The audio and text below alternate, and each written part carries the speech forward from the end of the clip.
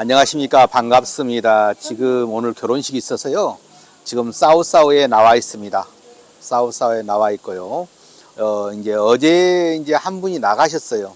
한 분이 나가셨고, 지금 이제 또 어제 이제 들어오셔가지고, 어제 이제 맞선을 봤는데, 여기 같은 경우는 이제 미리 정해놓고 들어오셨어요. 이제 화상으로 미리 이제 그 신랑에 대한 성향을 잘 알기 때문에 이렇게 우리가 그 정해놓고 진행할 수가 있었죠. 그래서 이제 이렇게 어저께 이제 화상으로 두 분이서 뭐 거의 한 2주 정도 이렇게 같이 이제 왔다 갔다 하면서 2주 정도 됐는가요? 예, 그래서 이제 왔다 갔다 하면서 이제 이렇게 이제 뭐 통신을 했던 거지요. 화상도 하고 이렇게 하면서 이렇게 했었는데 어저께 이제 와가지고 오자마자 이제 이렇게 하이뽕으로 들어오셨으니까 오자마자 이제 맞선을 보고 두 분이서 이제 뭐 화상을 좀 했으니까 좀 아실 거 아니겠습니까? 얼굴도 알고. 근데 실물보다도 실제로 보니까 더 낫다라고 이야기를 했어요. 그래서 이제 진행을 이제 하게 된 것이죠. 그리고 이제 어제 나가신 분은 이제 결혼을 다 진행하고 신혼여행까지 다 갔다 오고 첫날 밤 자고 이틀 밤 잤습니다. 그런데 이제 이렇게 중간에 파혼이 됐어요. 끝나고 나서. 왜 그러냐면 이런 경우도 상당히 중요한 경우인데 왜냐하면 잠자리가 안 되는 거예요. 잠자리가 안 되는 거예요. 그래서 이제 신랑분들이 아직까지 한 번도 애인이 없었다. 한 번도 여자를 사귀어 본 적이 없다. 그렇게 되면은 그것도 좋은 것만 아니더라는 거예요. 왜 그러냐면은 이렇게 어딘가 모르게 컴플렉스에 있다 보니까 이렇게 안 되는 거예요. 그리고 이제 또 이렇게 꼭 이렇게 잠자리 해야겠다는 그런 강박관념 때문에 안 되는 거예요. 여기는 발기부전이 아닙니다. 남자의 있죠. 패션 적은 거죠. 적어. 굉장히 적어요. 그래서 뭐라고 신부가 이야기를 했냐면은 지금 이 상태에서는 다른 분하고 결혼을 한다 하더라도 상당히 어려울 것이다. 이렇게 이야기를 했어요. 그래서 여러 가지로 이제 시도를 했었는데 첫날 밤 안 돼서 이틀째 될 때도 이렇게 시도를 했었는데 끝내는 이제 성공하지 못하고 이렇게 파혼을 결정할 수밖에 없었습니다. 이제 그러면 이제 뭐 어떤 사람들은 그런 사람도 있어요. 성이 뭐 그렇게 중요하냐고. 안 그렇습니다. 결혼에서는요 이 성이 굉장히 중요합니다. 결혼에서 국제결혼도 마찬가지예요. 예를 들어서 잠을 잤는데 남자가 발기가 안 됐다 했었을 경우에 자기 어머니까지 모시고 온 경우가 있습니다. 예. 그래서 이제 발기가 안 되는 것은 지금 뭐 비아그라도 있고 이렇게 할 수 있는데 그 크기가 적다면 어떻게 해요? 엄지손가락 정도 되는 모양이죠. 그렇게 이제 이야기를 한 것 같은데 굉장히 안타까웠습니다. 신랑분도 착하고 어머니도 같이 오셨는데 이렇게 성혼을 하지 못했습니다. 성혼을 했었는데 결과적으로 중간에 이렇게 중단할 수밖에 없었습니다. 그런 경우가 있더라고요. 그래서 신부가 28 먹었었는데 신부가 이렇게 물어봤어요. 신부한테 남자를 언제 사귀어봤냐고. 그러니까 약 25살 때 이렇게 남자를 사귀어봤다고 이야기를 했거든요. 근데 이제 이제 신랑도 이제 그 부분을 이제 시인을 해요.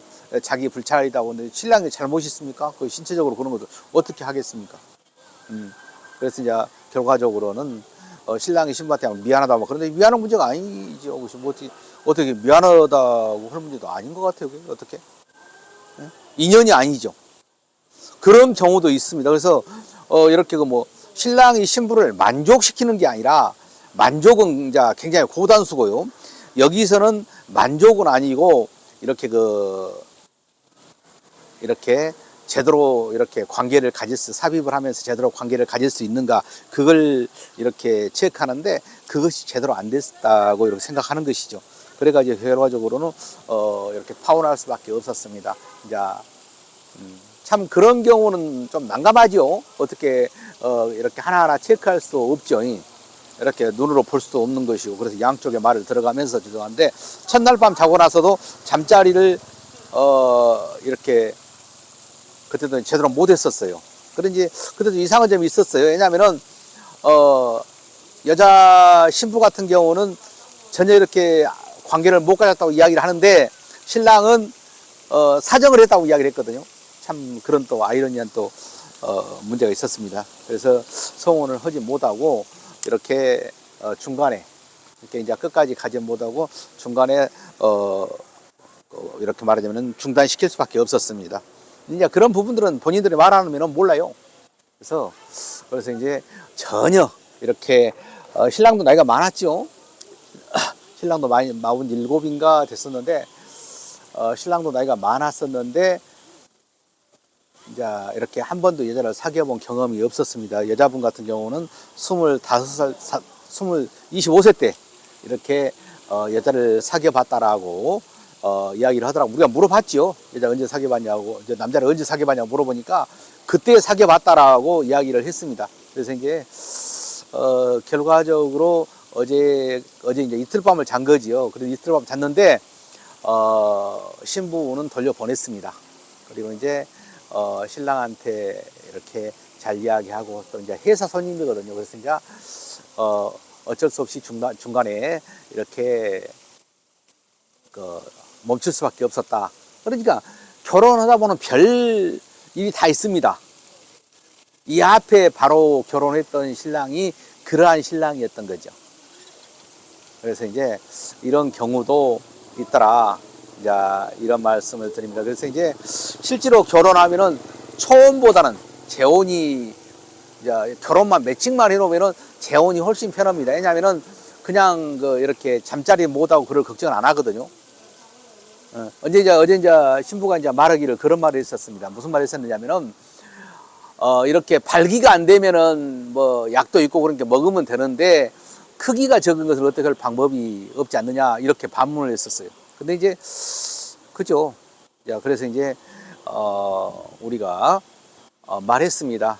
한국 가셔가지고 비뇨기과 가서 치료 한번 받아보시라고 상담 좀 한번 해보시라고 그리고 다음 기회를 한번 보자고 이렇게 말씀을 해드렸는데 참 안타깝죠. 어머니랑 같이 오셨는데 어머니도 신랑도 참 안타깝죠. 잘 돼가지고 이렇게 성혼하고 나갔으면 좋은데 그게 쉬운 일이 아니지 않습니까? 그것은 뭐 어떻게 우리가 도와줄 수 있는 문제가 아니기 때문에 이제 멈추고 이렇게 돌아가고 오늘 이렇게 또 결혼식을 하게 됩니다. 오늘 결혼한 신랑은 지금 몇 살이에요? 신랑이? 41살인가? 아, 46? 46이고 신부는? 27. 그러면 19살 차이죠? 이 정도 되면은 이렇게 나이 차이는 좋습니다. 그리고 신부는 하딩이라고 그래요. 하딩은 여기서 거리가 12시간 된 거리입니다. 근데 이제 오늘 가족들이 어제 저녁에 이제 출발해갖고 온 것 같습니다.